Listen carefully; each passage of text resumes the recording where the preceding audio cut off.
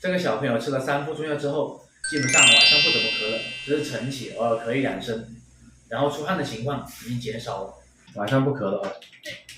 睡着不咳，就是睡之前会咳。睡前会咳一下。下午咳嗽听起来没有痰。这个小孩子4岁了，孩子反复咳嗽已经几个月了，然后经历过很多治疗，还是咳嗽，还是老是不断跟。那什么必理咳呀，还有就是那个阿奇霉素呀，这些都吃了，没效果。就是早上起来的时候会咳好多次。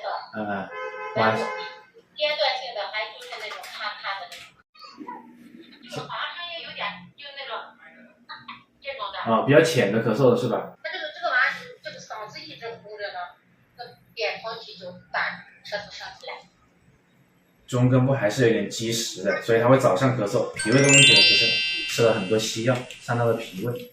从中医看来，这种过敏性咳嗽一般都是体内寒气比较偏重，阴寒体质所导致的，所以要用温药把小孩子阳气恢复起来。在服药的过程中，叮嘱家长一定要忌口，配合医生的治疗。